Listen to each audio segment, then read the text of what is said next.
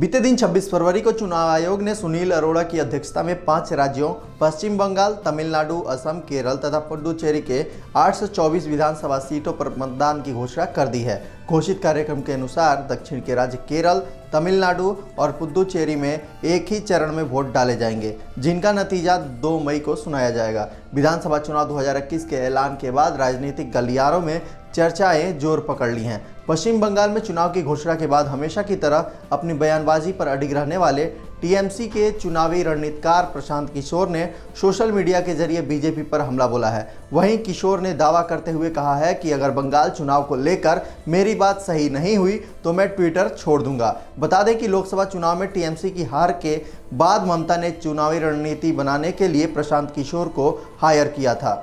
आइए जानते हैं वो कौन सी अहम बातें थीं जिसको लेकर किशोर ने दावा किया है। दरअसल प्रशांत किशोर ने चुनाव का अनाउंसमेंट होने के बाद ट्वीट करते हुए ये लिखा है कि इस बार बंगाल लोकतंत्र की महान लड़ाई लड़ने के लिए तैयार है। यहाँ की जनता सही को चुनने के लिए पूरी तरह तैयारी में है। यानी उनका इशारा ममता को फिर से सत्ता में लाने की ओर था, जिसका जवाब भी 2 मई को मिल जाएगा। अपने इन्हीं बातों का दावा करते हुए किशोर ने कहा, अगर वे बंगाल को लेकर सच साबित नहीं हुए तो ट्विटर छोड़ देंगे। इतना ही नहीं, बंगाल की दीदी टीएमसी प्रमुख ममता बनर्जी भी बंगाल चुनाव को लेकर बयान दे चुकी हैं। ममता ने कहा है कि वे बीजेपी की हारिए भूत कोरे देवो, जिसका मतलब है इस बार वो बीजेपी को हरा के भूत भगा देंगी। साथ ही चुनावी तारीखों के ऐलान पर बनर्जी ने चुनाव आयोग के ऊपर भी सवाल उठा चुकी हैं। वहीं भाजपा के नेताओं ने चुनाव आयोग के फैसलों का बचाव किया है। भाजपा नेता कैलाश विजयवर्गीय ने कहा है कि चुनाव आयोग को चुनाव की घोषणा के साथ ही पश्चिम बंगाल में शांतिपूर्ण चुनाव के लिए